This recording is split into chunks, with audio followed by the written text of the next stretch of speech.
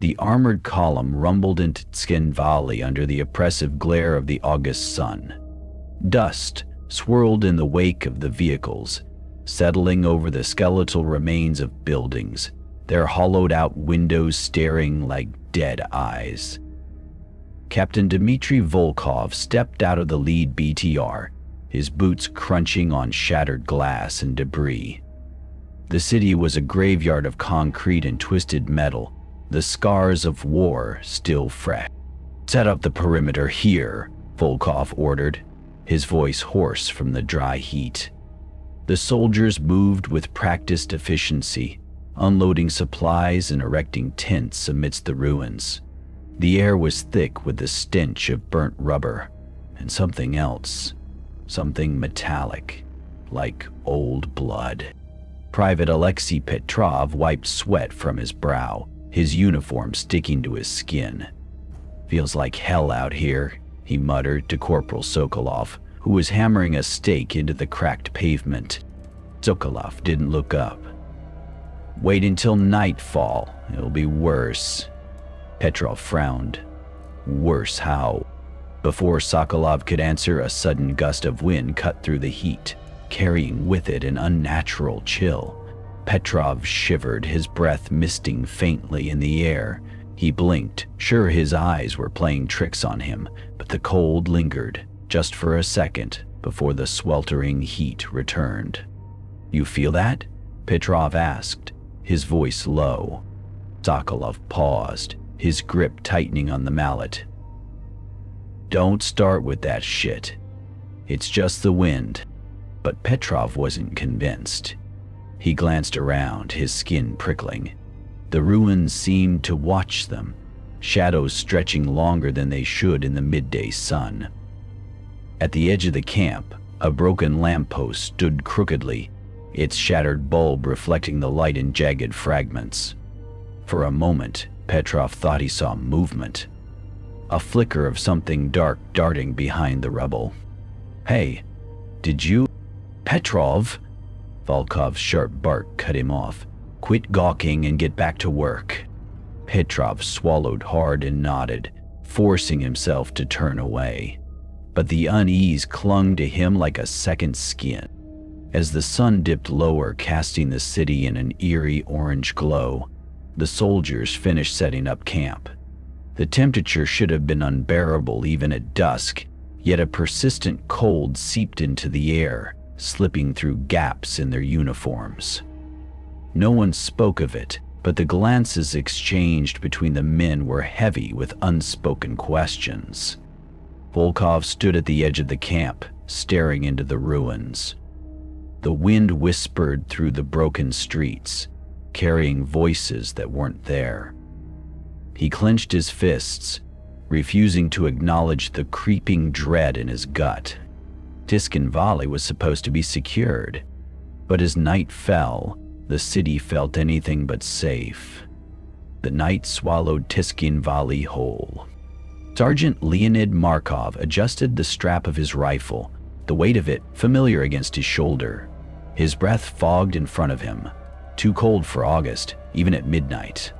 The squad moved in a loose formation, boots crunching over debris as they swept through the skeletal remains of the city. Their flashlights cut jagged paths through the darkness, illuminating shattered storefronts and collapsed apartment blocks. "Keep your eyes open," Markov muttered. Georgian stragglers could still be hiding in these ruins. Private Petrov nodded, his grip tightening on his weapon. The beam of his flashlight trembled slightly as he scanned the shadows. Something about the silence unnerved him. No insects, no distant gunfire, just the oppressive weight of the night pressing in. Then, the whispers started. At first, Petrov thought it was the wind threading through broken glass and twisted metal. But the sound was too deliberate, a hushed murmur, just beyond the edge of hearing. He glanced at Corporal Sokolov, whose jaw was clenched tight. "You hear that?" Petrov whispered. Sokolov didn't answer, but the way his knuckles whitened around his rifle said enough. The whispers grew louder, threading between the ruins like invisible fingers. No words, just a susurrus of voices, half drowned and desperate. Markov raised a fist, signaling the squad to halt. The men froze, ears straining. Then, movement. A shadow darted between two collapsed buildings, too fast to be human. Petrov's breath hitched. "Did you see—" "Quiet," Markov hissed. The squad stood rigid, weapons raised. The whispers ceased abruptly, leaving only the thud of Petrov's heartbeat in his ears. His flashlight beam swept the ruins, catching only jagged edges and hollow spaces where the darkness pooled thicker than it should. Then, from the corner of his eye, a flicker. Petrov spun, his light slicing through the black. For a fraction of a second, something stood at the edge of the beam. A gaunt silhouette, its limbs too long, its face featureless save for two hollow pits where eyes should be. It vanished before he could blink. "Something's out there," Petrov breathed, his voice barely audible. Markov's expression darkened. "Keep moving, and keep your mouths shut." The squad pressed forward, but the air had grown colder, their breath pluming in thick clouds. The whispers returned, this time closer, skittering just behind them. Petrov's skin crawled. He could feel it, the weight of unseen eyes boring into his back. Sokolov suddenly grabbed his arm, his grip like iron. "Don't look back," he muttered. But Petrov couldn't help it. He turned. The ruins stretched empty behind them. Yet the whispers lingered, curling around his ears like frost. The squad moved in tense silence back toward camp, their earlier bravado stripped away by the unnatural chill clinging to the night. The whispers had faded, but the memory of them lingered like a bruise. Even Sergeant Markov, usually unshakable, kept glancing over his shoulder, his rifle clutched tight. Petrov's breath misted in front of him, thick, white plumes that shouldn't exist in August. His fingers had gone numb inside his gloves, the cold seeping through the fabric like water. Beside him, Sokolov exhaled sharply, his teeth clenched against the shivers racking his body. "Move faster," Markov ordered, his voice low. The armored vehicle waited at the edge of camp, its dark silhouette a welcome sight. The soldiers quickened their pace, boots crunching over debris. But as they neared, Petrov slowed, his stomach twisting. The BTR's metal hull was covered in frost. Delicate spiderwebbing patterns spread across the armor, glinting under the dim moonlight. The cold radiated off it in waves, making the air shimmer. Petrov reached out, his gloved fingers brushing the frozen surface. A sharp crack echoed as a section of frost splintered beneath his touch. "What the hell?" Sokolov muttered, stepping closer. Markov shoved past them, his face grim. He wiped a hand across the frost, revealing the dark metal beneath. "Sabotage," he snapped, though his voice lacked conviction. "Some Georgian bastard playing tricks." Petrov swallowed hard. The frost wasn't just on the surface. It crept into the seams of the vehicle, into the hinges of the doors. The cold here was deeper, older than anything winter could conjure.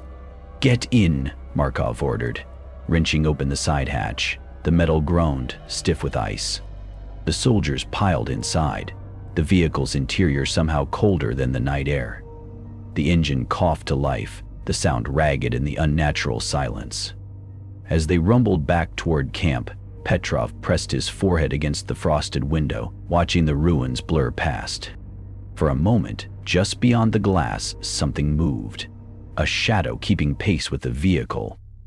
Then it was gone. No one spoke the rest of the way. When they reached camp, the frost on the BTR had already begun to spread. Thin veins of ice crept toward the ground, as if seeking purchase. The night watchman, Private Vasilyev, frowned as he approached, his flashlight beam catching the unnatural shimmer. "What happened out there?" he asked, voice hushed. Markov ignored him, barking orders to secure the perimeter, but Petrov saw the way the sergeant's hands trembled, just slightly as he turned away. The squad dispersed, retreating to their tents. Petrov lingered, staring at the frost-laden vehicle. The pattern seemed almost deliberate now, like skeletal fingers pressing against the metal. A hand clamped down on his shoulder. "Don't stare too long," Sokolov muttered, pulling him away. "It's just the cold." But as Petrov finally turned in for the night, the whispers followed him into sleep. Dawn bled into Tskhinvali, painting the ruins in pale gold. The soldiers emerged from their tents, stiff and bleary-eyed, their breath still misting in the unnatural chill that clung to the camp. Private Petrov was the first to notice. He froze mid-step, his coffee mug slipping from his fingers. It shattered against the pavement, the sound sharp in the morning silence. The BTR, their armored transport from the night before, was encased in frost, but it wasn't just the frost that made his blood run cold. Handprints, dozens of them. Palm-sized impressions pressed deep into the ice, as if something had clawed at the vehicle in the night. The fingers were too long, the spans too wide. Not human. The frost around each print had blackened, like rot spreading from a wound. "Jesus Christ," Corporal Sokolov muttered, stepping up beside him. His breath clouded the air. "What the hell did this?" Petrov couldn't answer. His throat had gone dry. The other soldiers gathered, murmurs rising like a nervous tide. Someone laughed, a forced, brittle sound, and suggested it was a prank. But no one moved to touch the prints. The cold radiating from them was palpable, biting through gloves and uniforms alike. Captain Volkov pushed through the crowd, his face dark. He studied the handprints, jaw clenched. Then, without a word, he drew his knife and scraped at one.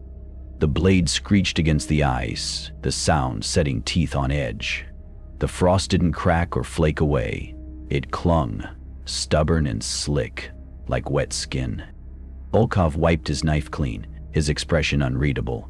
"Sabotage," he said finally, though the word rang hollow. "Some Georgian trick with chemicals. Spread salt on it. Move on." No one moved. Petrov's gaze drifted past the BTR to the other vehicles. His stomach dropped. More frost, more handprints. They covered the trucks, the supply crates, even the metal poles of the tents. The camp was marked, claimed, by something unseen. Sokolov exhaled sharply, his breath a white plume. "It's spreading." And it was. Petrov watched, numb, as a thin tendril of frost inched across the ground toward his boot. He stumbled back, heart hammering. The soldiers exchanged glances, the bravado of the night before long gone. Even Volkov hesitated, his usual authority fraying at the edges. Then, from the ruins beyond the perimeter, a whisper. Faint, hungry. Petrov's head snapped up. The others heard it too. Shoulders tensed, rifles were gripped tighter. The sun climbed higher, but the cold didn't relent, and the handprints kept multiplying. Night draped itself over Tskhinvali like a shroud, thick and suffocating. The soldiers huddled in their tents, the unnatural cold gnawing at their bones, despite the August date on their calendars. Outside, the wind howled through the ruins, but beneath its mournful cry, something else slithered, a sound like nails dragging across stone. Private Petrov lay rigid in his cot, listening. The scratching had started an hour ago, skittering along the perimeter fence in uneven bursts. At first, he'd thought it was branches or some scavenging animal. But the rhythm was wrong, deliberate. A rustle came from the cot beside him. Sokolov sat up, his silhouette tense in the dim glow of a dying lantern. "You hear that?" he whispered. Petrov nodded, his throat too tight to speak. The scratching stopped. For a long moment, there was only silence. Then, tap, tap, tap. 3 sharp raps against the tent pole near Petrov's head. He jerked upright, his heart slamming against his ribs. Sokolov was already on his feet, rifle in hand. The lantern flickered, casting jagged shadows across the canvas walls. Outside, the wind had gone still. Then a scream tore through the night. Petrov and Sokolov burst out of the tent, rifles raised. The camp was in chaos. Soldiers stumbling from their quarters, flashlights cutting wild arcs through the dark. At the eastern perimeter, Private Vasilyev stood rigid, his back to the others, staring into the ruins. "Vasilyev!" Markov barked, striding toward him. "Report!" Vasilyev didn't turn. His breath came in ragged bursts, visible in the freezing air. When he finally spoke, his voice was hollow. "They're watching us." Petrov followed his gaze. Beyond the fence, the ruins loomed, their broken outlines jagged against the starless sky. At first he saw nothing. Then, movement. Shadows detached themselves from the rubble, swaying like reeds in a breeze. Tall. Too tall. Their forms blurred at the edges, as if the darkness itself had congealed into something almost human. And turned its head. Petrov's breath caught. Where its face should have been, there was only a smooth, featureless stretch of black, until it split, peeling open into a grin too wide for any human jaw. Vasilyev's rifle clattered to the ground. "Lights," Markov roared. A floodlight sparked to life, its beam lancing toward the figures. The ruins stood empty. No shadows, no grinning mouths, just crumbling concrete and the relentless, whispering wind. Vasilyev collapsed to his knees, his hands shaking. "They were right there," he choked out. Markov grabbed his shoulder, hauling him up. "Get a grip, Private. It's the dark playing tricks." But his voice lacked its usual bite. His knuckles were white around his rifle. Petrov's pulse pounded in his ears. The floodlight's glow reached only so far. Beyond it, the night pooled thick and impenetrable.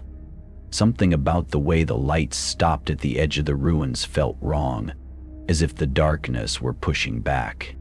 Then the scratching started again, closer this time, from inside the perimeter. Sokolov exhaled sharply, his breath a white cloud. "We need to get out of here." No one argued. As the soldiers retreated to the center of camp, the floodlight flickered once, twice, before going dark. The last thing Petrov saw before the blackness swallowed them whole were the frost patterns creeping up the poles, branching out like skeletal fingers. And beneath the renewed scratching, the whispers returned.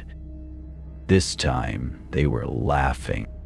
The scratching intensified, clawing at the edges of the camp like a starving beast testing its cage. Petrov's breath came in ragged bursts, each exhale a thick mist in the frigid air. He pressed his back against Sokolov's, rifle trembling in his grip as he scanned the darkness. "Eyes open," Markov ordered, though his voice lacked its usual steel. "No one fires unless I give the command." A soldier to Petrov's left, Private Kuznetsov, swore under his breath. "It's August," he muttered, rubbing his gloved hands together. "Why the hell is it so cold?" No one answered. The frost had spread overnight, creeping up tent poles and equipment with unnatural persistence.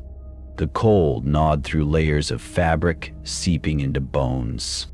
Then, a sound. Not scratching this time, but a shuffle. Something dragging across the frozen ground. Petrov's pulse spiked. His flashlight beam cut through the dark, illuminating the perimeter fence.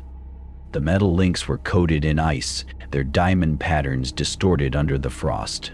Beyond them, the ruins stood silent. But the sound came again, closer. From inside the camp? "Sergeant," Petrov started, but Markov silenced him with a sharp gesture. The squad tightened their formation, rifles trained outward. The dragging noise circled them, just beyond the reach of their lights. Petrov's skin prickled. He could feel it. Something watching from the dark. Something with too many teeth and not enough eyes. Then Kuznetsov gasped. Petrov turned just in time to see the man's breath explode from his lips in a thick, roiling cloud. Far denser than before, Kuznetsov clutched at his throat. His face contorted in panic. His lips moved, but no sound came out, only mist. too much mist. It spilled from his mouth in an unbroken stream, coiling in the air like a living thing. The temperature plummeted. Frost crackled across Kuznetsov's jacket, racing up his neck. His eyes widened, pupils dilating with terror as his breath kept coming, endless and freezing. "Kuznetsov!" Markov barked, lunging forward. But before he could reach him, Kuznetsov's legs gave out. He collapsed to his knees, his breath now a solid twisting column of white. It writhed in the air, taking shape. Fingers, a wrist, the suggestion of an arm reaching back toward him. Then, with a sound like shattering glass, Kuznetsov's breath stopped. The mist arm dissolved. Kuznetsov swayed for a heartbeat before toppling face first into the dirt. Dead silence. Petrov's heart hammered against his ribs. He didn't need to check for a pulse. The frost already crawling over Kuznetsov's still form said enough. Markov exhaled sharply, his breath misting. "Get him inside, now." Two soldiers moved to obey, but the moment they touched Kuznetsov's body, they recoiled. "He's," one stammered, "he's frozen." Not just frozen, hollow. Kuznetsov's skin was brittle to the touch, his flesh beneath stiff and unyielding. His eyes, still open, had frosted over like shattered glass. Sokolov grabbed Petrov's arm, his grip bruising. "We need to leave," he hissed. "Now!" Markov rounded on them, his face a mask of forced control. "It's stress," he snapped. "A panic attack. The cold's messing with your heads." Petrov stared at him. Kuznetsov's corpse lay between them, already gathering a fresh layer of frost. The air around it shimmered, warped by the unnatural chill. "You call this stress?" Petrov whispered. Markov's jaw tightened. For a moment, something flickered in his eyes. Fear, maybe. Then it was gone, buried under duty. "Secure the perimeter," he ordered. "Double the watch. No one sleeps tonight." The squad hesitated. The scratching had stopped, but the silence was worse. The ruins loomed around them, their shadows too deep, too still. Then, from somewhere in the dark, a whisper. "We see you." The soldiers flinched as one. Markov's hand twitched toward his sidearm. Petrov's blood turned to ice. The voice hadn't come from the ruins. It had come from inside the camp. Sokolov's grip tightened. "We're not alone here," he murmured. Markov opened his mouth to deny it, to order them to stand firm, but no words came. His breath misted in front of him, thick and endless, just like Kuznetsov's had. For the first time, the sergeant looked afraid. The frost kept spreading. The morning sun did little to dispel the chill clinging to the camp. Soldiers moved in uneasy silence, their breath still misting in the air. Frost patterns had spread overnight, creeping up supply crates and the barrels of their rifles. No one spoke of Kuznetsov's body, now wrapped in a tarp and stored in the back of a truck, frozen solid, his face locked in a final, silent scream. Captain Volkov stood near the command tent, his expression unreadable as he surveyed the camp. The arrival of an Ossetian informant had been arranged, a local who might know something about the unnatural cold. The man was late, and the soldier's patience was fraying. Finally, a gaunt figure emerged from the ruins, his steps slow and reluctant. The Ossetian was elderly, his face lined with deep wrinkles, his dark eyes darting nervously. He clutched a tattered coat around himself, though the cold didn't seem to bother him as much as it did the Russians. Volkov stepped forward, his voice clipped. "You're the informant?" The old man nodded, his gaze flickering past Volkov to the frost-covered vehicles. his lips pressed into a thin line. "Speak," Volkov ordered. "What do you know about this?" He gestured to the frozen handprints still etched into the metal. The Ossetian hesitated, then exhaled sharply, as if steeling himself. "You should not be here," he murmured in heavily accented Russian. One of the soldiers, Private Lebedev, snorted. "We're securing the city. That's our job." The old man's eyes darkened. "You do not understand. This place, it is not for the living anymore." A ripple of unease passed through the gathered men. Petrov clenched his jaw, his fingers flexing around his rifle. Volkov's patience thinned. "Enough riddles. If you know something about sabotage..." The Ossetian cut him off with a sharp shake of his head. "No sabotage. No Georgians." He pointed to the ruins beyond the camp, his hand trembling. "The dead are angry." Silence. Then Lebedev burst into laughter, the sound too loud in the heavy air. "Ghosts? That's your explanation?" He elbowed the soldier beside him. "Maybe we should call in an exorcist instead of reinforcements." A few others chuckled, but the laughter died quickly. The Oskian didn't react to the mockery. His gaze remained steady, locked on Volkov. "Do you think this is a joke?" he asked quietly. "Then tell me, why does your breath freeze in summer? Why do your men disappear in the night?" His voice dropped lower. "Why do the dead leave handprints?" Petrov's skin prickled. No one had told the old man about Kuznetsov. No one had mentioned the whispers. Volkov's jaw tightened. "Superstition won't help us." The Ossetian exhaled, shaking his head. "You Russians, always so sure of your bullets." He turned to leave, then paused, glancing back. "The Georgians who died here, they did not go quietly. Their souls are still fighting." He met Volkov's eyes. "And now they see you as the enemy." With that, he walked away, his figure soon swallowed by the ruins. No one spoke for a long moment.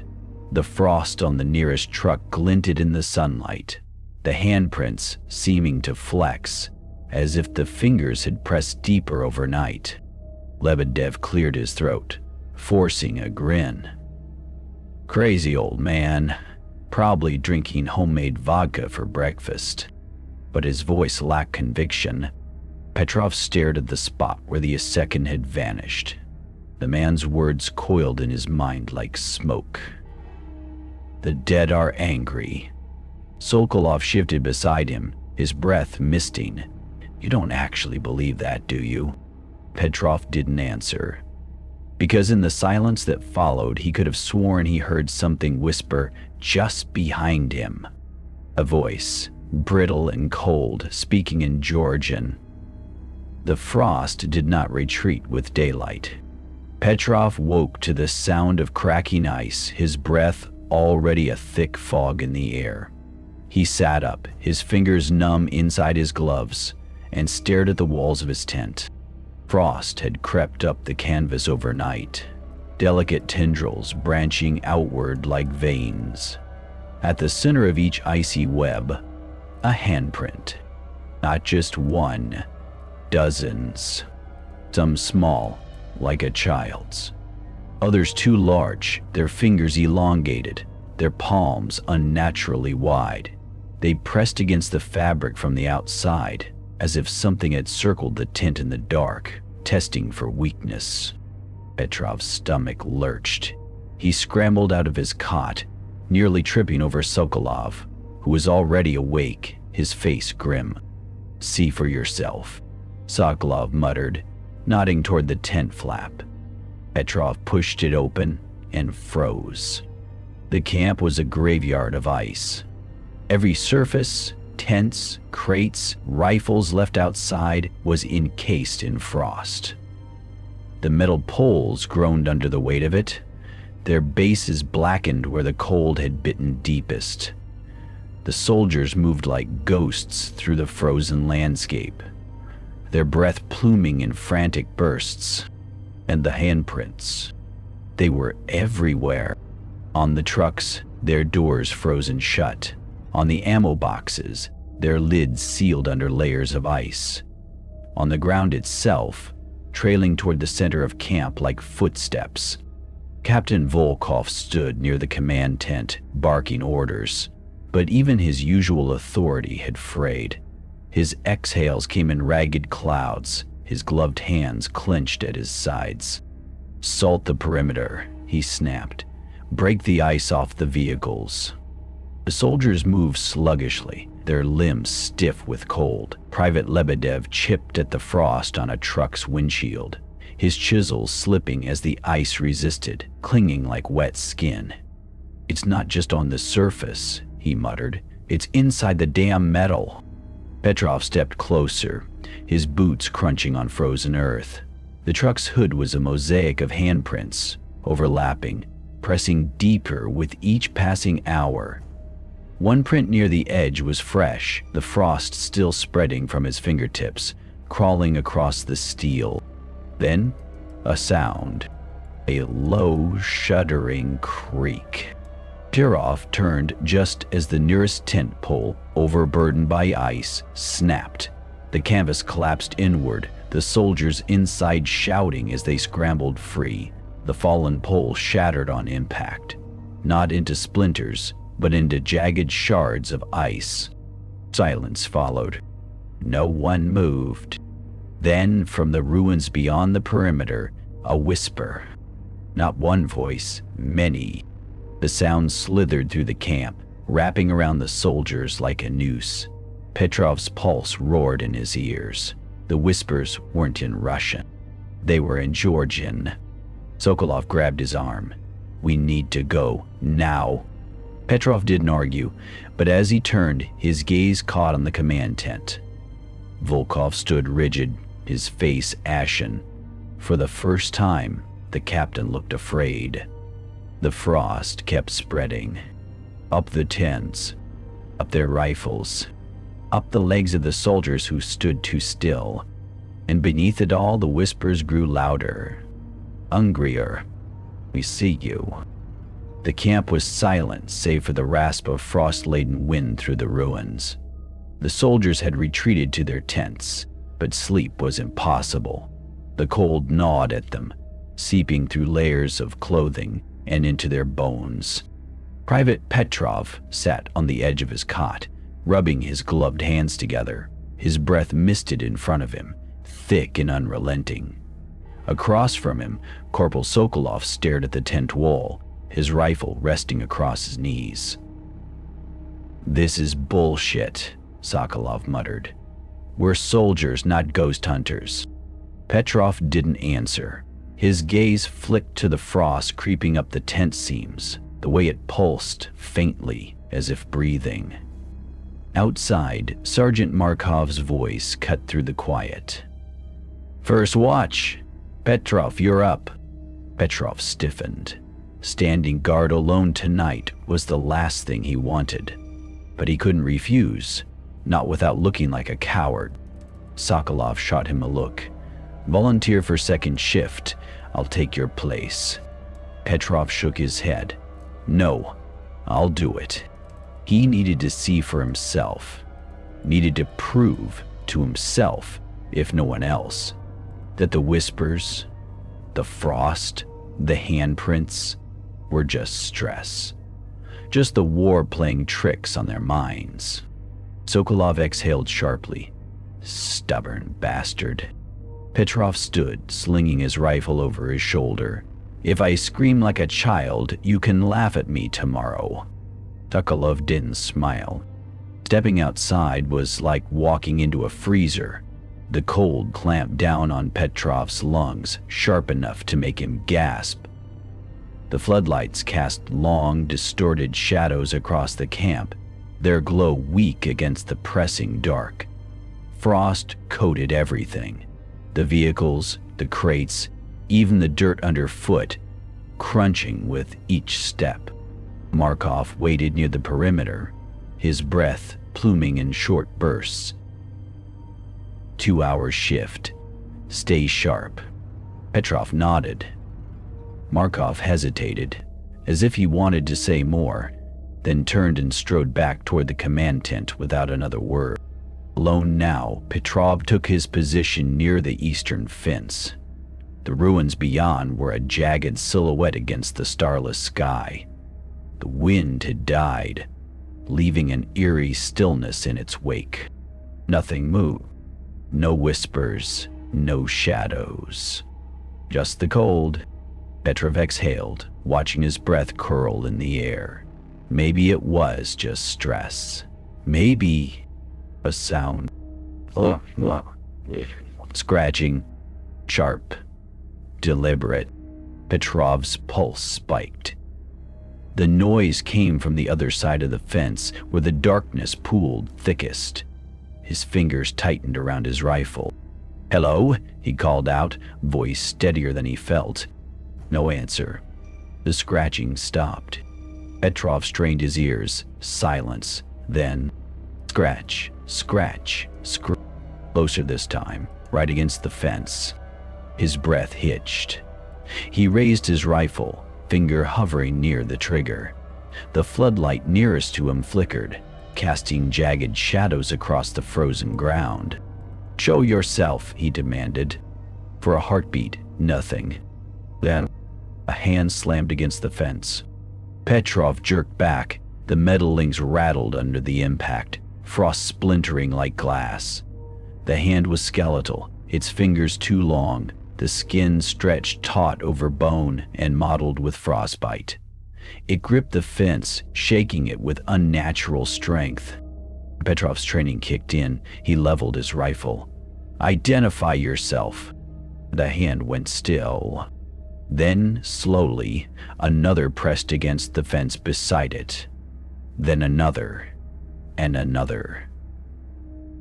Dozens of hands, all gaunt, all frozen, all wrong, clawed at the perimeter.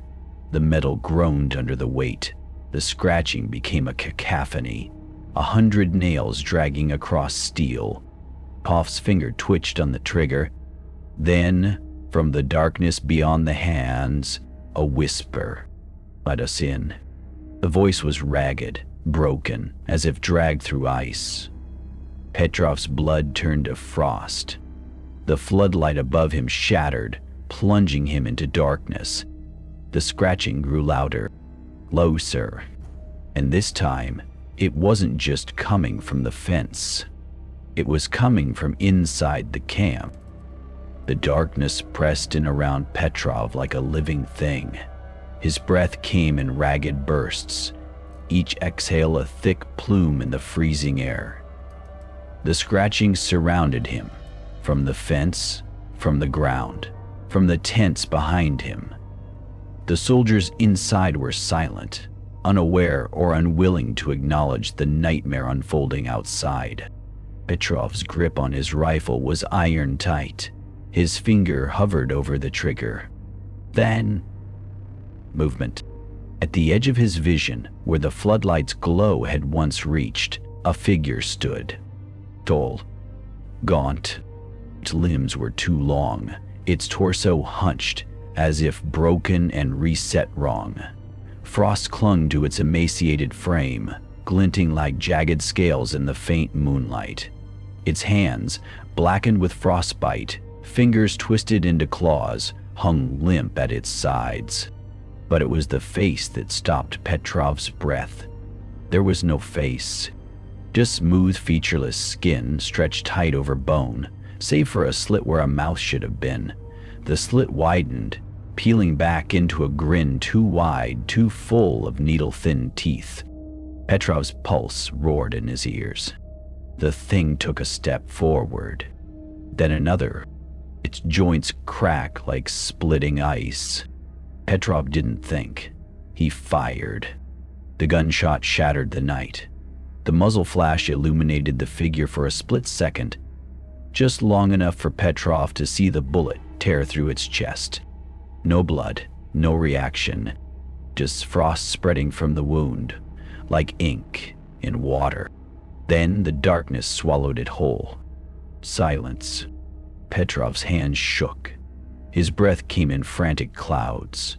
The scratching had stopped. The fence stood still. Had he imagined it? A shout came from the camp behind him. "Petrov, what the hell was that?" Markov's voice. Heavy footsteps pounded toward him. Petrov didn't turn. His gaze remained locked on the spot where the figure had stood. Nothing. No blood. No footprints. Just frost spreading in unnatural patterns across the dirt. Markov grabbed his shoulder, spinning him around. "Who did you shoot at?" Petrov opened his mouth, but no words came. His throat was frozen. Sokolov appeared beside Markov, his eyes wide. "Petrov?" Petrov swallowed hard. There was something. Markov's grip tightened. "Georgians?" Petrov shook his head. Markov exhaled sharply, his breath misting between them. "Then what?" Petrov didn't answer. He didn't have to. The frost creeping up his boots said enough.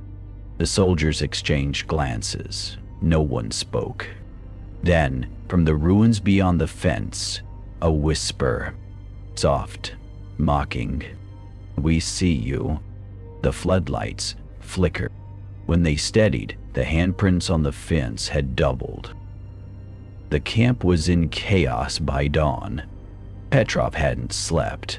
None of them had. The gunshot had shattered any illusion of safety, and now the soldiers moved like ghosts through the frost-laden camp, their breath misting in the frigid air. Sergeant Markov had dismissed Petrov's claims, hallucinations, stress, lack of sleep, but the way his eyes darted to the shadows betrayed his unease. The frost had spread overnight, creeping up their gear, their weapons, even the insides of their tents. And then they realized Vasiliev was gone.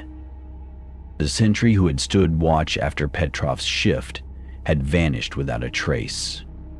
His post was empty. His rifle left leaning against a supply crate, the barrel glazed with ice.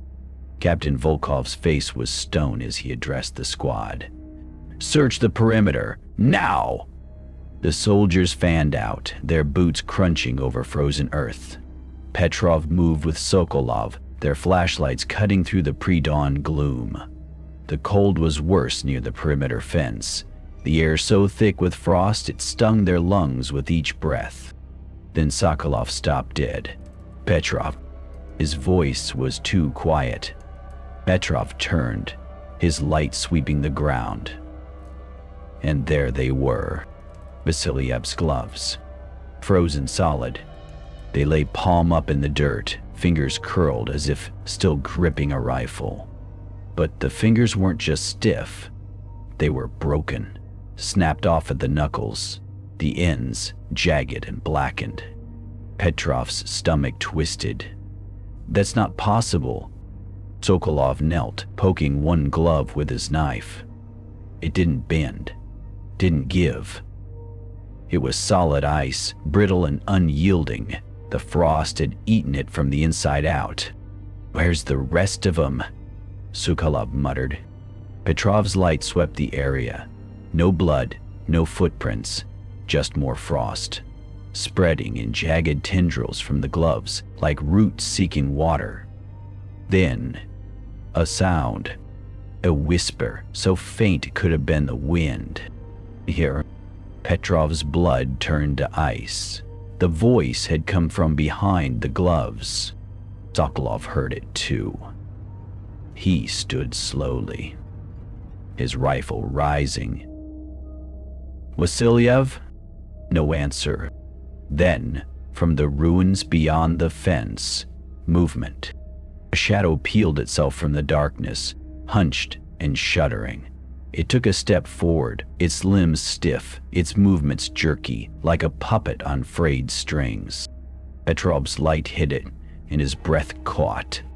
Vasiliev, or what was left of him. His skin was bluesite, stretched tight over bones, his lips peeled back in a frozen scream. His fingers What remained of them were blackened stumps, the ends jagged where they had snapped off. His eyes were frosted over, milky and unseeing. But worst of all was the way he moved. Not like a man, like something wearing a man. Vasilyev's head tilted, his neck cracking audibly. His mouth opened, and a sound spilled out. Not words, not screams, but a wet, rattling hiss, like wind through a corpse's lungs. Sokolov fired. The shot tore through Vasilyev's chest. He didn't flinch, didn't fall. He just kept coming. Petrov backpedaled, his heart hammering. "Fall back!" The squad erupted into chaos. Shouts, gunfire, Markov's voice barking orders. Vasilyev lurched forward, his broken hands reaching. The frost around him pulsed, spreading faster, crawling up the fence, the ground, the boots of the nearest soldier. Private Lebedev. Lebedev screamed as the frost climbed his legs, his pants stiffening, his skin turning blue beneath. He clawed at it, but the ice held fast, creeping higher. "Help me!" he shrieked. No one moved. Vasilyev's corpse let out another rattling hiss. And then the frost surged, swallowing Lebedev whole. 1 second he was screaming. The next, silence. Lebedev stood frozen, his face locked in terror, his body encased in a shell of ice. Then, with a sound like shattering glass, he collapsed, breaking apart on the ground. The squad broke. Men turned and ran, their discipline shattered. Markov shouted after them, but even his voice was drowned out by the whispers rising from the ruins. Voices upon voices, layered and hungry. Petrov and Sokolov sprinted for the command tent, their breath coming in frantic bursts. Behind them, Vasilyev's corpse let out one final, guttural moan. Then the frost exploded outward, racing across the camp like a living thing. Tents collapsed under its weight. Rifles froze in their owners' hands. The air itself seemed to solidify, thick with ice and the echoes of the dead. Petrov skidded into the command tent, Sokolov on his heels. Volkov stood over a radio, his face ashen. "Report," he snapped. Petrov didn't get the chance to answer. Outside, the first scream rang out, then cut off abruptly. Then another, and another. The frost kept spreading, and the whispers grew louder. The command tent was a flurry of panicked voices and crackling radio static. Captain Volkov stood rigid over the map table, his knuckles white as he gripped the edges.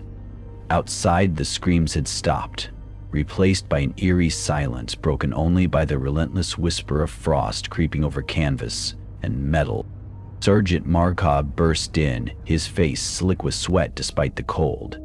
"We've lost contact with the eastern perimeter. Vasilyev's gone. Lebedev..." His voice hitched. "Lebedev's dead." Volkov's jaw tightened. "Georgian sabotage," he said, though the words sounded hollow even to him. "They're using the cold to disorient us." Petrov exchanged a glance with Sokolov. Sabotage didn't explain the frozen gloves. The whispers. The thing that had once been Vasilyev? Lieutenant Zaitsev, the unit's political officer, stepped forward, his expression dismissive. "This is absurd. You're letting superstition undermine discipline. Frost in August, ghosts?" he scoffed. "The men are exhausted. The Ossetians are feeding them nonsense." Face flicked to the frost patterns spiderwebbing up the tent poles. "Then explain that." Zaitsev didn't even glance at it. "Chemical residue. The Georgians left traps in the ruins. It's reactive to moisture." He crossed his arms. "We need to focus on securing the area, not chasing fairy tales." Petrov clenched his fists. "Sir, with respect, We saw Vasiliev. He was... Enough. Volkov's voice cut through the tent like a blade. We are soldiers of the Russian Federation, not children scared of the dark. He straightened, his tone shifting into something colder, more controlled. Markov, gather all physical evidence. The gloves, any frost samples. Zaitsev, confiscate personal journals or recordings. This doesn't leave the unit. A chill that had nothing to do with the temperature settled in Petrov's chest. They weren't just being dismissed. They were being silenced. Sokolov stepped forward. Captain, if we could just... Volkov's glare silenced him. You have your orders, Corporal. The radio crackled to life, a distorted voice breaking through the static. Command to Tskhinvali outpost. Report status. Volkov snatched up the receiver. This is Captain Volkov. Situation under control. Minor disturbances due to environmental factors. Requesting additional supplies for perimeter reinforcement. A pause. Then, acknowledged. Reinforcements en route. Maintain operational security. The line went dead. Zaitsev smirked. See? Command isn't interested in ghost stories. Markov's expression darkened, but he said nothing. Outside, the wind howled through the ruins, carrying with it the faintest echo of laughter. Petrov's hands trembled. The frost on the tent wall pulsed, spreading another inch. Volkov turned away, his back to them. Dismissed. No one moved.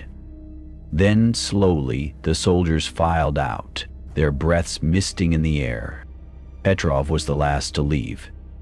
As he stepped outside, his boot crunched on something brittle. He looked down. The handprint. Fresh. The fingers too long. The frost around it blackened like rot. From the ruins, a whisper. They don't believe you? Petrov's blood turned to ice. The camp was silent, but the frost kept spreading. The frost had seeped into Private Alexei Petrov's bones. He sat hunched in the corner of his tent, the feeble glow of a dying flashlight casting long shadows across the pages of his journal. His fingers, stiff and numb, struggled to grip the pen. Every exhale misted in the air, the cold gnawing deeper with each passing hour. Outside, the camp was silent. Too silent. The soldiers had retreated into their tents, their rifles close, their breath held. No one spoke of Vasiliev. No one spoke of the whispers. Petrov pressed the pen to paper, his handwriting jagged, uneven. August 12th. They think we're losing our minds. Command says it's Georgian sabotage. Chemicals, tricks, anything but the truth. But I saw Vasiliev. What came back wasn't him. It was wearing his skin like a coat, hollowed out and frozen through. He paused, listening. The scratching had started again, faint but insistent, skittering along the perimeter fence. The cold isn't natural. It moves. It breathes. Last night, I woke to something dragging its fingers down the side of the tent. When I looked, the canvas was covered in handprints, inside and out. Markov says it's stress, but stress doesn't leave frostbite on your lungs. A gust of wind rattled the tent, the fabric groaning under the weight of ice. Petrov's breath hitched. For a moment he thought he heard something else. A whisper, just beneath the wind. They're watching us. I feel it. Every time I turn my back, the air gets colder. Every time I close my eyes, the scratching gets closer. Sokolov thinks we should desert. Maybe he's right. But where would we go? The frost is everywhere now.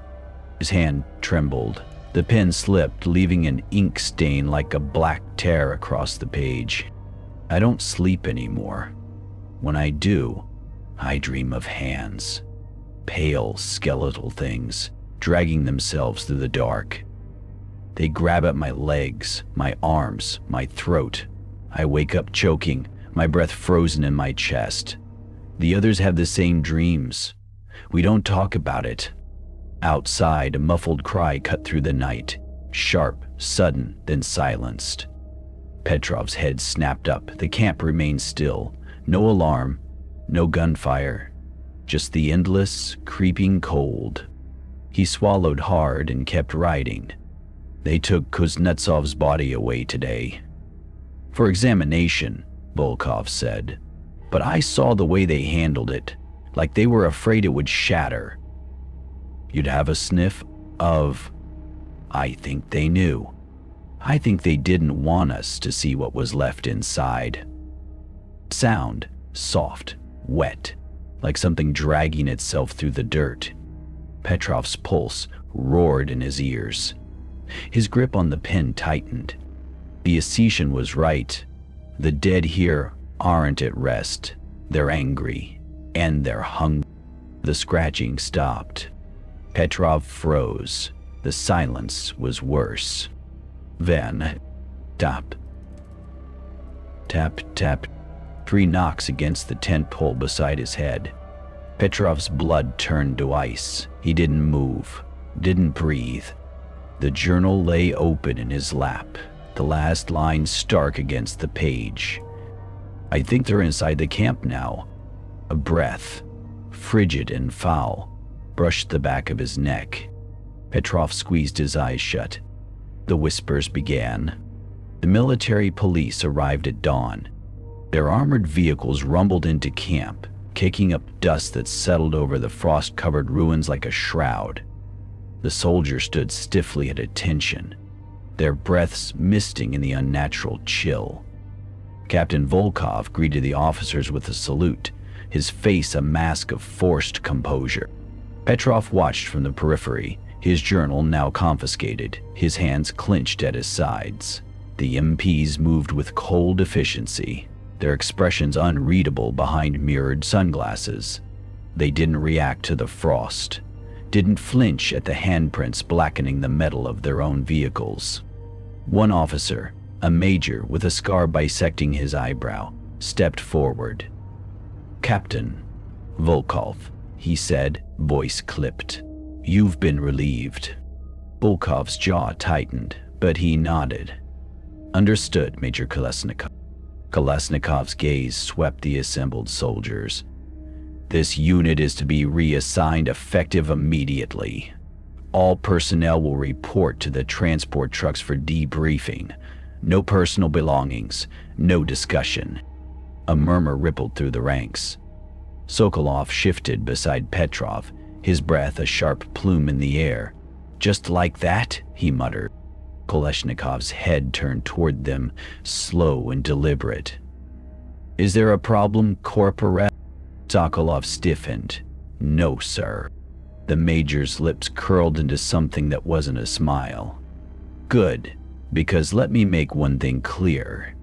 There were no ghosts in Tskhinvali. No unnatural cold."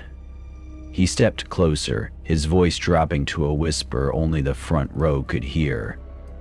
"You saw nothing. You heard nothing. And if you value your careers, your lives, you will forget this ever happened." Petrov's skin prickled. The threat hung in the air, thicker than the frost. The MPs fanned out, herding the soldiers toward the waiting trucks. Petrov hesitated, his gaze darting to the ruins beyond the camp. The morning sun did little to dispel the shadows clinging to the broken buildings. For a moment, he thought he saw movement. A gaunt figure standing just beyond the light, its featureless face turned toward him. Then a hand clamped down on his shoulder. "Move," an MP ordered, shoving him forward. The trucks were unmarked, their windows tinted black. As Petrov climbed in, he caught a glimpse of a familiar face.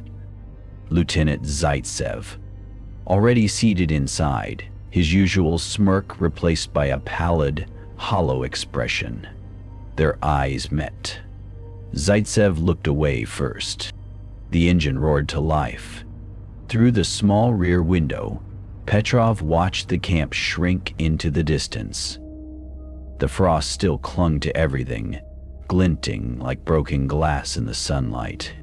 Then, movement. Shadows peeled themselves from the ruins, lurching toward the abandoned camp. Dozens of them, hundreds. Their elongated limbs swayed, their mouths stretched too wide. The whispers followed the convoy, slithering through the cracks in the truck's armor. "We see you." Petrov squeezed his eyes shut. The frost on the window beside him pulsed, spreading like a living thing. No one spoke.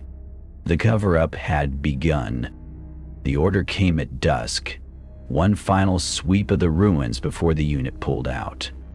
Captain Volkov's voice was hollow as he addressed the squad. "Markov, take Petrov, Sokolov, and Lebedev. Check the eastern sector. Anything moves, you call it in. No heroics." Petrov clenched his jaw. Lebedev was dead. They all knew it. But Volkov's eyes were glazed, his breath misting in short, frantic bursts. The frost had reached his collar. Markov didn't correct him. He just nodded and motioned for the others to follow. The cold outside was unbearable. It clawed at Petrov's lungs with each breath, sharp as broken glass. Frost coated their rifles, their boots, the edges of their helmets. The camp behind them was a graveyard of ice, tents sagging under the weight of it, vehicles entombed. Sokolov exhaled sharply, his breath a thick plume. "This is suicide." Markov didn't answer. His gaze was fixed on the ruins ahead, where the shadows pooled too deep, too still. They moved in silence, their footsteps crunching over frozen debris. The city was a skeletal husk, its hollow buildings watching them with shattered windows like dead eyes. The whispers had stopped, but the silence was worse. It pressed in around them, suffocating. Then Petrov saw it. The frost wasn't just on the ground. It was moving. Tendrils of ice slithered across the rubble, branching out like veins, pulsing toward them with eerie purpose. The air shimmered where it passed, warped by the unnatural cold. Sokolov cursed, stepping back. "It's following us." Markov raised his rifle. "Keep moving." They pressed forward, the frost creeping closer with each step. Petrov's fingers had gone numb inside his gloves, the cold seeping through the fabric like acid. His breath came in ragged bursts, each exhale hanging frozen in the air. Then, a sound. A wet, rattling click, like joints cracking after decades of disuse. Petrov froze. The others heard it too. Their rifles snapped up, scanning the ruins. Nothing moved. Then, from the alley ahead, a shadow peeled itself off the wall. Tall, gaunt. Its limbs were too long, its torso twisted at an unnatural angle. Frost clung to its emaciated frame, glinting in the dim light. Its face was smooth, featureless, save for a jagged slit where its mouth should have been. The slit widened. A hiss spilled out, thick with static and something worse. Voices, layered and screaming. Markov fired. The shot tore through the thing's chest. It didn't flinch, didn't bleed. The frost around the wound pulsed, spreading faster. Petrov's pulse roared in his ears. "Fall back!" The squad turned, just as the frost at their feet surged, rising in jagged spikes, cutting off their retreat. The thing took a step forward. Its joints cracked like splitting ice. The whispers returned, slithering from every shadow, every broken window, every frozen corpse the city had ever swallowed. "Stay." Petrov's breath hitched. The cold was inside him now, gnawing at his ribs, his lungs, his heart. Sokolov grabbed his arm. They turned, and the shadows moved. Dozens of them, hundreds, their mouths stretched wide. The frost reached for them, and the last patrol began to scream. The shadows lunged. Petrov's training dissolved into blind panic. He fired into the mass of shifting darkness, the muzzle flash illuminating gaunt faces and grasping hands for a fraction of a second before they vanished. The bullets did nothing. The frost swallowed the sound whole. Beside him, Sokolov cursed, his breath coming in white, frantic clouds. "They're everywhere!" Markov barked orders, but his voice was drowned out by the rising cacophony of whispers. Voices layered upon voices, some screaming, some laughing, all hungry. The frost surged upward, forming jagged walls, cutting off escape routes. Then, a scream. Petrov turned just as Lebedev. No, not Lebedev. The thing wearing his frozen corpse grabbed Markov from behind. The sergeant's eyes widened as frost spread from the contact, crawling up his arms, his neck, his face. His mouth opened in a silent cry, his breath freezing mid-air in a solid, twisting column. Markov shattered. His body collapsed like glass, shards of ice and frozen flesh scattering across the ground. Petrov's stomach lurched. He stumbled back, rifle slipping from numb fingers. Sokolov grabbed him. "Move!" They ran, boots skidding on frozen rubble. The alley twisted ahead, walls closing in, frost creeping up the brickwork like a living thing. Shadows slithered between the ruins, their whispers forming words now. "Stay with us." Let us in." Petrov's lungs burned. The cold was inside him, gnawing at his ribs. His breath came in ragged, visible bursts, each exhale thicker than the last. A hand clamped around his ankle. He fell, hard, chin cracking against the ice. Pain flared, then numbness. He twisted onto his back. Vasiliev stared down at him, his hollowed-out face split by a grin too wide for human jaws. His fingers, blackened and broken, dug into Petrov's leg. Frost spread from the contact, searing through fabric and flesh alike. Petrov kicked, his boot connecting with Vasiliev's chest. The thing didn't budge. It leaned closer, its breath a putrid wave of decay and winter. Then, gunfire. Sokolov stood over them, rifle smoking. The bullets tore through Vasiliev's skull, sending chunks of frozen meat scattering. The grip on Petrov's leg loosened. Up. Sokolov hauled him to his feet. They ran. The ruins blurred around them, the whispers rising to a shriek. The frost nipped at their heels, forming jagged spikes in their path. Ahead, the edge of the city, the open road. Hope flared in Petrov's chest. Then the ground dropped out from under him. He hit the dirt hard, gasping. Sokolov skidded to a stop, turning. A shadow loomed over Petrov, its elongated limbs twitching, its mouth unzipped, peeling open to reveal a void lined with needle teeth. Sokolov raised his rifle. The thing lunged. Petrov rolled aside as frost-coated hands grabbed Sokolov's shoulders. The corporal's breath exploded from his lips in a solid, writhing stream, thick as rope, twisting in the air like a serpent. It coiled around his throat, his face, his screaming mouth. Then yanked. Sokolov's body went rigid. His skin turned blue, then white, frost blooming across his features in seconds. His eyes locked onto Petrov's, wide with terror. Then he shattered. Ice and bone rained down. Petrov scrambled back, bile rising in his throat. The shadow turned toward him, its grin widening. He was alone. The whispers crescendoed. The frost to reach for him. Petrov ran. He didn't look back.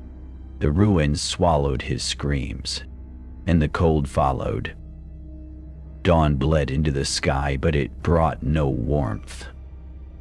Petrov stumbled forward, his boots dragging through the frozen dirt.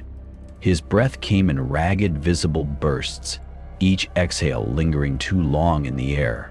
Behind him, the ruins of Tskhinvali stood silent, encased in frost, the shadows within shifting like restless things. He wasn't sure how he'd made it out. The last thing he remembered was running, the cold biting at his heels, the whispers clawing at his back. Then, nothing. A blur of darkness and terror and the unshakable feeling of hands grasping at his legs, his arms, his throat. But she was alive. Somehow. Ahead, the remnants of the Russian convoy waited, engines idling, exhaust fumes swallowed by the unnatural chill. The soldiers who had escaped stood in clusters, their faces hollow, their eyes darting to the ruins every few seconds. No one spoke. No one needed to. Petrov's legs gave out as he reached the first truck. He collapsed against the cold metal, his fingers numb, his body shaking. A hand grabbed his shoulder. He flinched, expecting frostbitten fingers, a gaunt face splitting into a grin. But it was just Volkov. The captain's face was ashen, his breath misting in short, sharp bursts. Frost clung to his collar, his eyelashes, the stubble along his jaw. He didn't speak, just gripped Petrov's shoulder hard enough to bruise, his eyes scanning the horizon where the ruins loomed. Then, quietly, who else? Peter swallowed. His throat was raw. No one. Volkov's grip tightened. Then he let go, turning toward the trucks. Load up. We're leaving. The soldiers moved like ghosts, their movements sluggish, their breath hanging in the air long after they exhaled. Petrov dragged himself into the back of a transport, his body aching, his mind numb. Around him, the other survivors avoided his gaze. No Markov, no Sokolov, no Lebedev. Just empty seats and the creeping cold. The engine growled to life. As the convoy pulled away, Petrov pressed his forehead against the frosted window, watching Tskhinvali shrink into distance. The ruins stood silent, their jagged outlines blurred by the ice encasing them. Then, at the edge of the city, where the frost met the dirt, a figure stood. Tall, gaunt. Its two long limbs swayed, its featureless face tilted toward the departing trucks. Petrov's breath hitched. The thing raised one hand, slow, deliberate, and pressed its palm against the air. A handprint bloomed on the window in front of Petrov's face, frost spreading outward in jagged tendrils. He jerked back. When he looked again, the figure was gone, but the handprint remained, and the cold didn't fade. The soldiers around him didn't react. They stared straight ahead, their breaths misting, their hands clenched into fists. No one spoke. No one screamed. The convoy rumbled on, and the survivors let the silence bury them. The debriefing room was sterile. White walls, a single metal table, and a flickering fluorescent light that cast long shadows. Petrov sat stiffly in his chair, his hands folded in his lap to hide their trembling. Across from him, Major Kolesnikov leaned back, his mirrored sunglasses reflecting Petrov's hollowed-out expression. "Let's go over this one more time, Private," Kolesnikov said, his voice flat. Your unit encountered Georgian insurgents in Tskhinvali, correct? Petrov's throat tightened. The frost still clung to the edges of his vision. Even here, miles from the ruins, he could feel it in his lungs, a phantom chill that wouldn't fade. Yes, sir, he lied. Kolesnikov nodded, flipping through a file. And the casualties? Markov? Sokolov? Enemy fire. The words tasted like ash. A pause. The major's lips twitched, not quite a smile. Good. He closed the file with a snap. Your reassignment papers will be processed by morning. You're to speak to no one about this. Not your comrades, not your family. This operation never happened. Petrov swallowed. And the others? The survivors? Kalashnikov's expression didn't change. They've been briefed. The silence that followed was suffocating. Petrov's breath misted faintly in the air, though the room was warm. The major's gaze dropped to it, just for a second, before he stood. Dismiss.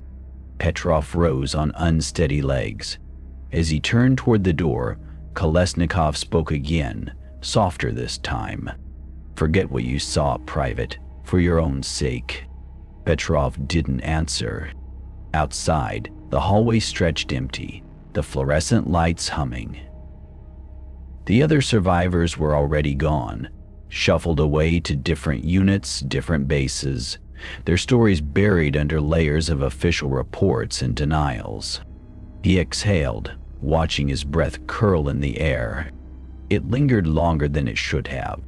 The frost wasn't done with him yet. Years later, the document was stamped with a single word in bold red letters: declassified. Journalist Elena Vasilievna traced the edges of the faded paper with her fingertips, the cold of the archives seeping into her bones. The report was thin, just 3 pages, but the weight of its contents made her hands tremble. Atmospheric anomalies reported in Tskhinvali sector, August 2008. Unexplained temperature drops. Equipment malfunction. Personnel accounts inconsistent with meteorological data. That was all. No mention of the missing soldiers. No explanation for the frost that reportedly coated rifles in midsummer. Just sterile, bureaucratic language that danced around the truth. Elena exhaled, her breath misting in the chilled air of the records room. The archivist, an elderly man with watery eyes, watched her from his desk. Not much to go on, is there? He murmured. She didn't answer. Her gaze dropped to the final line of the report. All further inquiries into the matter are to be redirected to Central Command. No additional records exist. A lie. She knew it in her gut. Elena pulled out her phone and snapped photos of each page. The flash reflected off the glass of a nearby fire extinguisher, frosted over despite the climate-controlled room. The archivist noticed her staring. Old building, he said with a shrug. But the frost wasn't near the windows. It curled around the metal handle of the extinguisher, branching out in delicate, vein-like patterns. Like fingers. Elena's throat tightened. She shoved the report back across the desk. Who else has requested this? The archivist hesitated, then flipped through his ledger. Just one. A few years back. He squinted at the name. Volkov. Dmitry Volkov. The name sent a chill down her spine. She knew it. The captain from the incident. The one who'd signed off on the original cover-up. What happened to him? She asked. The archivist's expression darkened. Died. Frostbite, they said. In his own apartment. He glanced at the frost extinguisher, then back at her. In July. Silence settled between them. The air grew colder. Elena tucked her phone into her pocket. her fingers brushing against something brittle. She pulled it out, a scrap of paper she didn't remember putting there. A single word, scrawled in shaky handwriting. "Run." The overhead light flickered. In the corner of the room, the frost spread. The veteran's breath fogged the window as he pressed his forehead against the glass, staring at the summer sunlit street outside. The calendar on the wall insisted it was July, but the cold had followed him home. Petrov exhaled again, watching the mist spread across the pane, then freeze. Delicate tendrils of frost spiraled outward from his breath, etching intricate skeletal patterns into the glass. His stomach twisted. He reached out, fingers trembling, and touched the ice. It didn't melt. "It's not over." The scratching started a moment later. At first it was faint, just a whisper of noise from the hallway outside his apartment. Petrov stiffened, his pulse spiking. He hadn't heard that sound in years, not since Tskhinvali, not since the ruins. But there it was. Scratch, scratch, scratch, slow, deliberate, like fingers dragging along the wall. Petrov's breath hitched. The frost on the window pulsed, spreading another inch. The air in the room dropped sharply, his exhales coming thicker now, hanging in the air like smoke. He forced himself to turn, his bones aching with remembered cold. The door to his apartment stood closed, the deadbolt engaged. The scratching didn't come from there. It came from inside the walls. Petrov's hands clenched into fists. He should run. He should call someone. But who would believe him? The military hadn't. The doctors at the VA had diagnosed him with PTSD, prescribed him pills, told him the frost was in his head. But it wasn't. It was here. The scratching grew louder, more insistent. It moved now, skittering along the baseboards, circling the room. The frost followed it, creeping up the walls in jagged lines, blackening the paint where it touched. Then, a sound, a whisper, Petrov. His name, spoken in a voice he hadn't heard in 15 years. Sokolov's voice. Petrov's legs gave out. He collapsed into a kitchen chair, his breath coming in ragged, visible bursts. The cold was inside him now, gnawing at his ribs, his lungs. The scratching stopped. Silence. Down. Tap. Tap. Tap. 3 knocks against the window behind him. Petrov didn't turn. He already knew what he'd see. The frost on the glass had formed a perfect handprint. The fingers were too long. The whispers returned, slithering out of the walls, the floor, the very air itself. "We see you." Petrov closed his eyes. The cold embraced him. The forum thread was buried deep, 5 pages into a niche paranormal board, sandwiched between UFO sightings and grainy Bigfoot footage. The title was unassuming. Anyone else remember Tskhinvali, 2008? Elena Vasilyevna scrolled through the replies with mounting unease. Most were the usual mix of skepticism and wild speculation, but a handful stood out. Brief, fragmented accounts from users claiming to have been there. "We weren't fighting Georgians, we were fighting the cold. My brother was in Volkov's unit. He came back wrong. His breath fogged in July. Then he stopped breathing at all. They made us sign NDAs. Threatened our families. But the frost doesn't care about paperwork." Elena's fingers hovered over the keyboard. She typed a reply. "I'm a journalist investigating the incident. If you have information, contact me." She hit enter. The page refreshed. Thread deleted by moderator. Elena stared at the screen. She hadn't even seen the deletion notice appear. A private message popped up in the corner of the screen. User shadow sight. Correct. You don't want to dig into this. Elena's pulse quickened. She typed back, "Why not?" The response was immediate. "Because they're still watching." Before she could reply, another message, "Check your window." A chill crawled up Elena's spine. She turned slowly.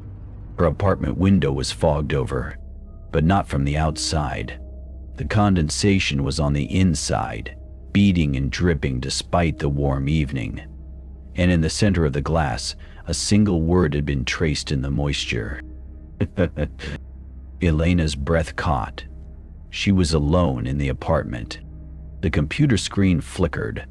Shadowsight's messages vanished, replaced by a single line of text. "They found you? Run." The lights in the apartment dimmed. The temperature plummeted. Elena grabbed her coat and phone, her fingers numb. As she yanked open the front door, a sound followed her. Soft, wet, like something dragging itself across the hardwood behind her. She didn't look back. Outside, the summer air was warm, but her breath misted in front of her anyway. On her phone, despite closing the browser, one final message appeared. "They're coming." The screen frosted over, cracked. Elena ran. The whispers followed. The hotel room was a safe house in name only. Elena Vasilyevna shoved the deadbolt into place and backed away from the door, her breath fogging in the frigid air. The heater had been on full blast when she arrived, but the room's temperature had plummeted the moment she opened her laptop. Her fingers trembled as she typed, the keys clicking like bones in the silence. Subject: Tskhinvali incident. Witness accounts. Sources vanishing. Evidence compromised. Frost spreading. Need immediate extraction. She hit send, then slammed the laptop shut. The screen had been glitching for hours. Flickering images of gaunt faces. Frostbitten hands pressing against the glass from inside the monitor. Her phone buzzed. An unknown number. Greater than, stop digging, they'll take you too. Elena swallowed hard. She'd spent weeks tracking down survivors. Soldiers from Volkov's unit, now scattered across Russia, their voices hushed over static-filled phone calls. "They made us sign papers," one had whispered before the line went dead, "but the Coles doesn't care about signatures." Another had agreed to meet in person. When Elena arrived at the cafe, his seat was empty. A half-drunk coffee sat on the table, frozen solid. Now her sources were disappearing. Her notes were next. Elena unzipped her bag, pulling out the folder of documents she'd painstakingly collected. Photocopied military reports, scribbled testimonies, a blurry photo of a frost-covered tank marked Tskhinvali, 8/2008. The pages were stiff. She frowned, flipping through them. The paper shouldn't have been rigid, but there it was. A thin layer of ice crusting the edges, spreading inward like mold. Her stomach dropped. The frost wasn't just in her head. It was here. A thump from the bathroom made her jump. The door, which she'd left ajar, now stood closed. Frost spiderwebbed across its surface, the knob glazed white. Elena's pulse roared in her ears. She grabbed her coat, backing toward the exit. Her laptop screen lit up. No one had opened it. The display showed a single image. A military transport truck, its doors flung wide, the interior packed with frozen corpses. Their faces were twisted in silent screams, their hands raised as if fending off an unseen attacker. The timestamp read, Tskhinvali, August 15th, 2008. Elena's breath hitched. That file hadn't been in her research. A whisper slithered from the bathroom. "They lied to you." The door creaked open. The mirror inside was completely frosted over, except for 3 words scratched into the ice as if by fingernails. we see you." Elena bolted. The hallway outside was empty, the carpet crunching underfoot with unnatural frost. She didn't stop running until she hit the street, where the summer heat should have waited, but her breath still misted in the air. And in the hotel window behind her, a shadow pressed against the glass. Its fingers left frost in their wake. The priest leaned closer, his breath mingling with the antiseptic hospital air. The old man in the bed was barely more than a skeleton now, his skin translucent, his veins dark rivers beneath. The machines beeped a slow, irregular rhythm, a countdown to the end. Father Andre adjusted his stool and pressed the crucifix into the dying man's palm. "Speak your sins, my son, and be at peace." The soldier's fingers twitched, brittle as winter branches. His lips parted, and when he spoke, his voice was the sound of dry leaves scraping against stone. "They told us. It was just the war." Andre frowned. The man's file listed no family, no visitors, only a military discharge stamped classified in red ink. The nurses whispered that he'd been found in his apartment, half frozen in midsummer, his skin mottled with frostbite patterns that shouldn't exist. The soldier's milky eyes fixed on something beyond the priest's shoulder. "Tskhinvali, August 2008. We thought it was Georgians in the ruins." A shudder racked his body. The heart monitor spiked. Andre reached for his hand. It was cold. Too cold. "Easy, my son. God forgives." "No." The soldier's grip tightened with surprising strength. "No forgiveness. Not for what we saw." His breath fogged in the air between them, though the room was stifling. The frost, it wasn't natural. It moved. It breathed.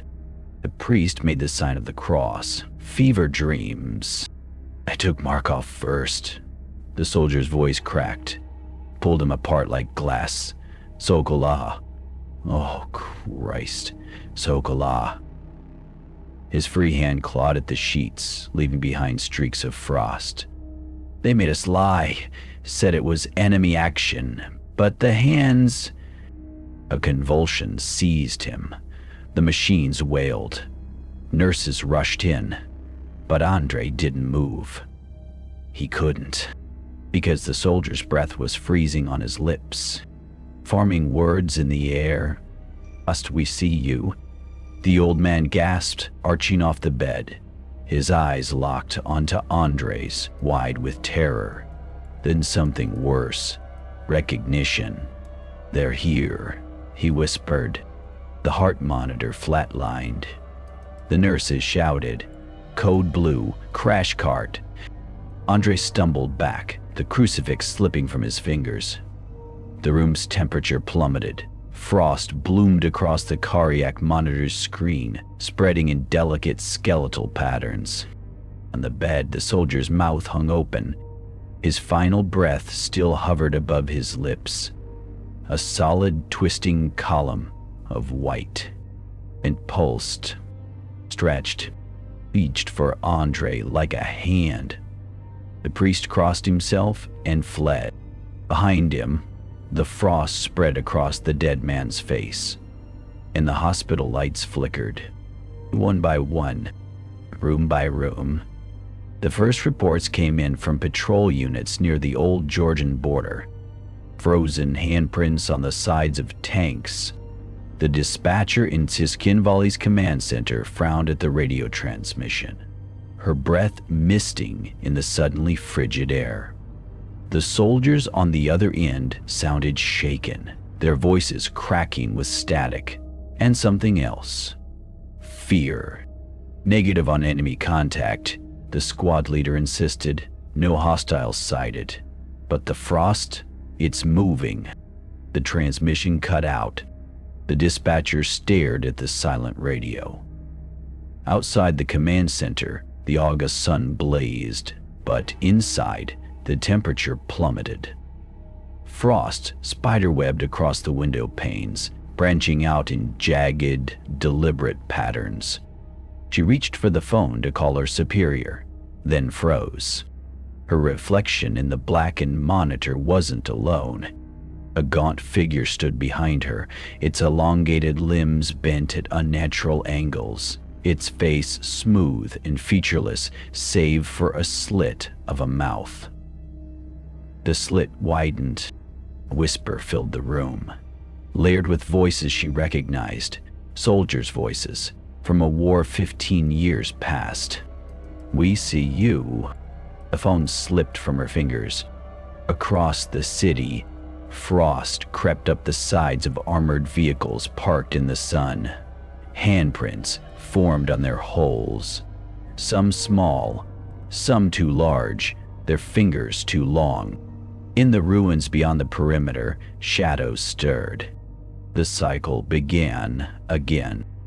The cold did not stop at the battlefield.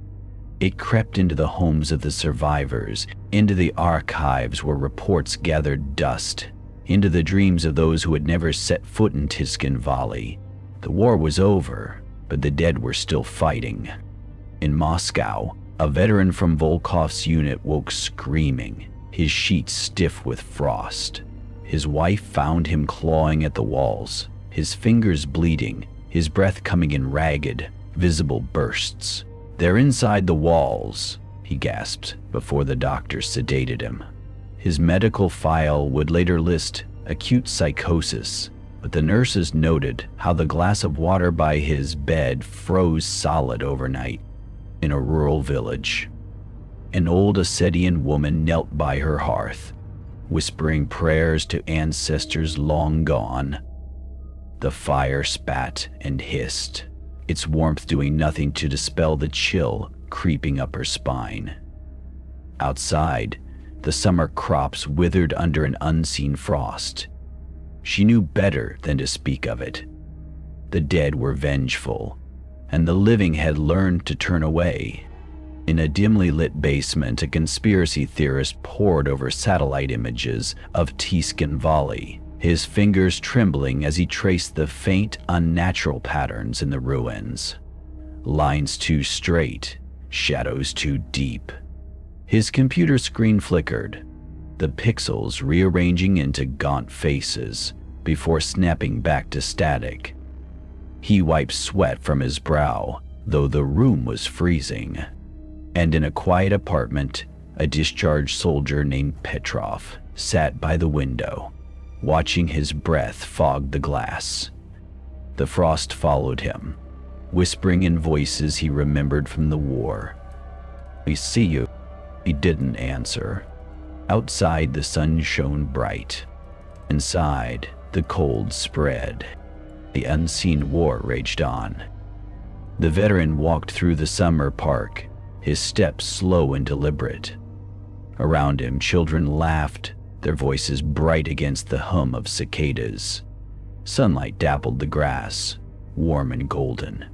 But the veteran's breath misted in the air. He didn't react. He was used to it by now. He passed a bench where a young couple sat, their fingers entwined.